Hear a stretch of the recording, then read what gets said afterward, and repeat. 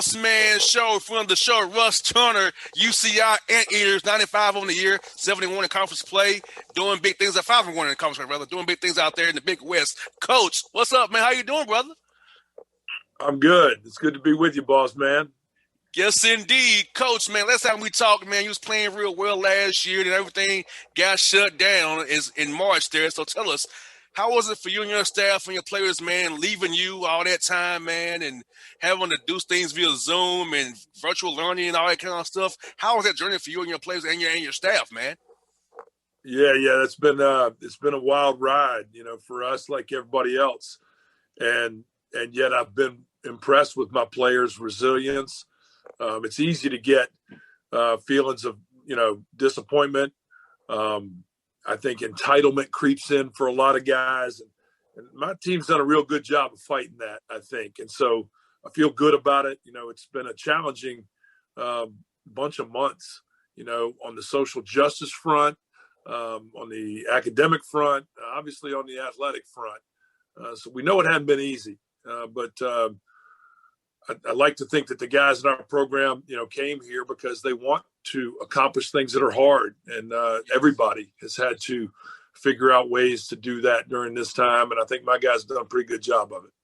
And yeah, Coach, UCI, great education, right? Academics is great out there. And going from that on-campus support of academic advisors and tutors and having on that on-campus structure to being virtual. And some guys are international as well. So the challenge is right there. So how was it for your coaches and your academic advisor staff to make sure your young men's grades stayed high in this virtual environment that was forcing you guys and all of us due to COVID, which is still around us, unfortunately?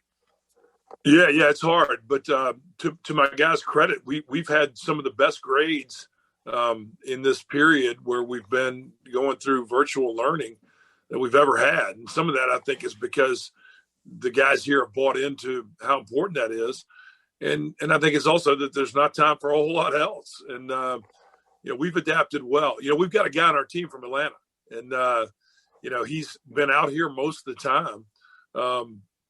And several other guys from places other than right here. It's hardest on those guys, I think, to feel that distance. But it's even hard for the guys on our team who are from right here because they're trying so hard to avoid COVID that they're having very little contact with anybody. So all that stuff adds to the degree of difficulty, to the challenges. But there's no real choice other than to adapt to what's right in front of you and do the best you can. And we've done that. I think that's been a consistent message in this program. And our guys have lived up to those challenges. And that's what I'm hoping we can now do on the basketball court here in the last 6 weeks of the season. Now, Coach, did Austin tell you that how Atlanta's wide open, how the back your way in California is kind of tight, but here in Atlanta, man, it's wide open. So did Austin kind of tell you guys about that as well? Well, we've known that it's been different everywhere, and he did tell me that it feels different there than here. And I think a lot of that has to do with who's in charge, which party politically in the state government. It has been tight here, but there's also been a lot of virus in certain spots here, so it's needed to be tight. And we've been healthy. We just got back from Hawaii. Our team took a trip to Hawaii, and it was even more strict in Hawaii than it is here in California. So it was good for our guys to see that. And I'm glad it was that way when we traveled because it felt safe because of that. Most definitely. And speaking of how tight it was, so when did you get your guys back on campus to actually get them ready for this year? Because I know you said that here in Georgia, it was wide open from like May on, right? But for you guys in California, your Governor Newsom was not playing that. So how was it kind of get you guys ready based on the protocols to get them knowing that California was tight for getting guys on campus, bringing them back to get them learning the right way? So how was that for you guys as well? Right. Well, it was hard. And that's had an effect on us this year because we weren't able to take our guys through in any way normal type of off-season conditioning program or training program. We didn't have the opportunity to work with our players all the way up until the official first day of practice. And so that was a struggle. And that struggle was compounded for us because we're such a young team. I think we're the second youngest team in Division I. I've only got two upperclassmen. Everybody else is either freshmen or sophomores. But, there's not really any time to make excuses or, to talk about what isn't fair or anything like that. All you can do is the best with what you've got. We've tried to do that, and our team's come along. We would have been further along if we had been able to do everything that we do with our conditioning program and everything that we do with our individual skills program and everything we normally do with the build up to our season. But where we are right now, I think, is a pretty good place. We've got to keep getting better, but the future is bright for our program, and I know that. Coach, how cool was it to have these Zoom calls this season with your players before during the shutdown? Because all things to have with social justice and talking about the different backgrounds. You got guys, national guys, different parts of the country. How cool is it to hear all your different players' perspectives and get their thoughts on what's going on around them and trying to get their feel for how they really understand the gravity, what's going on in our country this summer? Yeah, well, we did that like most everybody else did. We had to do it over Zoom, and doing that stuff over Zoom is not nearly as meaningful as doing it in person. But with Zoom being all we had, those were powerful meetings. There's a lot of pain that people get pent up, and guys had a chance to release. And I felt good that they could release that pain, but it's also heartbreaking to experience the emotions that come with some of the subjects we had to grapple with this summer. And you never, as a leader, probably feel totally like you're doing enough. I don't know that I can't feel that I'm doing enough. And I think that the best thing for our players was to be able to mostly express some of the frustrations that they've felt with the way that they've been treated, the way their friends have been treated, the way their families have been treated, and also with some of the things that they saw politically, sort of the momentum that was building in the wrong direction. And a lot of us are hoping that that's changed some. The political momentum has changed some, at least. And credit to your state, the state of Georgia. We were all pulling for so much that happened there, in this election cycle. But we know we got a lot of work to do, and we're all committed. That's what I ask for my guys is, hey, figure out what's meaningful in your life and then commit to it. And we're all committed to trying to be better.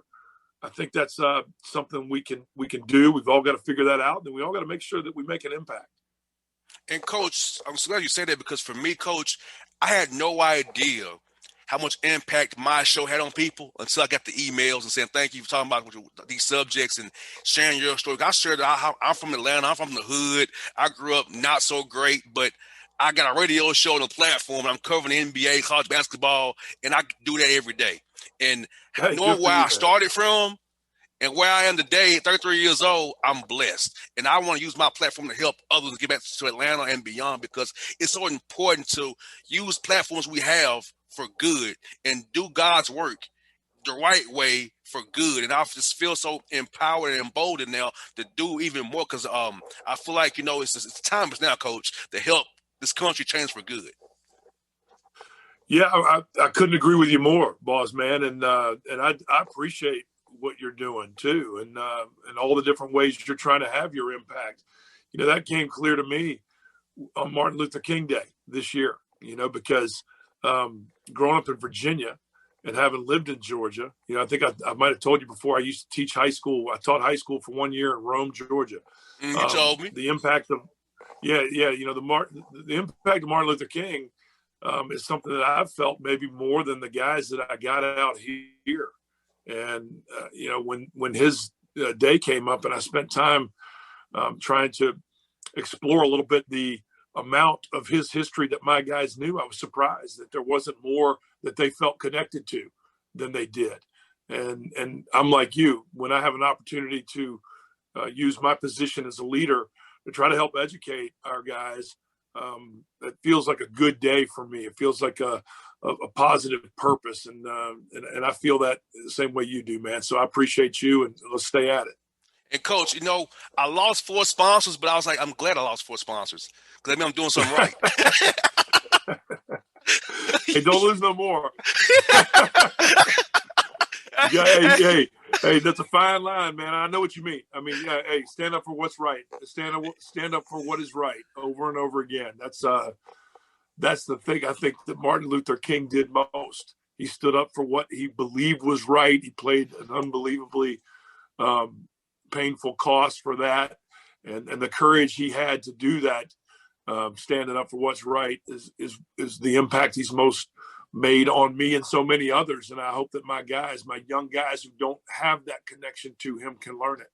And Coach, I'm blessed. My mother and father are 80 and 70 years old. They grew up during the time Dr. King was here in Atlanta doing his. They was younger, but they was around, right? And my mom knew John Lewis. I met John Lewis. I knew Reverend Vivian and Reverend Andrew Young. All these civil rights icons in Atlanta. I got to meet them because of my parents. And Reverend Warnock and John Ossoff are Atlanta Hawks fans. So I see them at the Atlanta Hawks game. So 2 people who I know personally are in the Senate now, who I've been around at various times in my life. And so, Coach, for me, this whole year has been it's amazing seeing people who I've known and been around, my parents been around, see the impact they have come to fruition in this 2020-21 year already. Yeah, that is cool. And, hey, I'm going to challenge you the same way I challenge my guys. When things go well, it's often the hardest time to keep them going well. So we got to build on the momentum that you feel when you make positive progress. You got that right, Coach. Tell us about the trip to Hawaii. That's like one of the coolest trips you guys have, going over to Hawaii to play those guys, the Rainbow Warriors. So tell us about that trip for you guys and playing well out there as well. Then coming back here, you got Rod Barnes coming to you tomorrow this weekend. Tell us about that matchup as well for you guys out there. Yeah, well, I mean, first the trip to Hawaii was interesting. We hadn't flown as a team before this trip, and to go to Hawaii now, you have to present a negative COVID test, and you have to have electronic proof of that. You have to have a QR code in order to get on the plane to go to Hawaii, and it's good that you have to have that. I think that's a credit to Hawaiian Airlines and to their state, because there was a better feeling of safety flying there than there might have been flying anywhere else because of those requirements. And then the flight attendants really enforced masking, and most of my guys were double masking because of how critical it would be in a negative way for us if anybody tested positive for COVID. And then when we got there in Hawaii, they had infrared thermometers so they were monitoring everybody's temperature as you came into the airport, and they had the Army doing that. And so they were really strict in the protocols that they had. Nothing in Hawaii in Honolulu, right there on Waikiki, stayed open past 10 o'clock. They had a strong police presence, making sure that people were doing the things they need to do to stay safe. And so the trip felt somewhat safe, and yet it didn't feel at all like a vacation. It never does. It felt less that way because there were so many fewer tourists. There were almost nobody there. But we had 2 games there. So 2 games after a long trip to Hawaii is a big challenge. My team came out on top of the first game. We didn't close that one as well as I thought that we could have. And then we really collapsed down the stretch in the second game. And we're not able to win that one in regulation, and then not able to win it again in overtime. And so it was disappointing not win both those games. But credit to Hawaii for beating us. I think we learned some valuable lessons. I think that we've got to get better. And, we've got as you mentioned, we got a very tough Bakersfield team coming in here with a great coach in Rod Barnes. They played well in their first year in the Big West, and they have a really experienced team. I think they have 7 seniors, and they're kind of the opposite of us. We're maybe the second youngest team in Division I, and they're the most experienced team in Division I. So we've got our hands full this weekend playing those guys. Fortunately for us, we're playing at home, and so we're going to need to play well. Hopefully to bounce back from a disappointing loss. But we're playing in games we think can be really influential in determining the conference championship this weekend. So I'm excited for that. I'm excited for my guys, and kind of ready to get it on. That's one for you, Coach, is this. What was your quarantine hobby? Mine was playing the guitar and hiking around the trails here in Georgia. What was your quarantine hobby? Well, I got a lot of reading in, and got a lot of Netflix in. My golf course out here open, so I played a lot of golf and got a little bit better at that because there wasn't a whole lot else to do. Well, mostly, I got time to spend with my kids. My kids are 16 and 13, and so the time that we had that we were forced to be together was really great time for me and for them and for my wife. So we felt fortunate to have that. We got a couple of puppies right at the start of it, like a lot of people. So we tried to acclimate those two to the house, and we had plenty to do. I didn't feel like we missed out on a whole lot. Yeah, I know. I said, come like this time of year, coach, you be on the road recruiting. But then you go to the office, you do your thing, you come home, and you're back there with your family. So as a wife getting sick of you already, coach, she wants you around more. Well, my wife's a COVID doc, so she works in intensive care, taking care of COVID patients. So she's actually been more busy through the pandemic than ever. But I think we've got a good balance, man. We're lucky. I got a good woman, and we got a great family, and we're fortunate, man. I'm thankful for that. No doubt, coach. Best luck to you, coach, against Rod Barnes and the Bakersfield team, man. Talk to you again in March when you win a championship, my guy. Okay, thanks, brother. I appreciate you, man. Anytime, coach. See you, buddy. All right, see you. All right.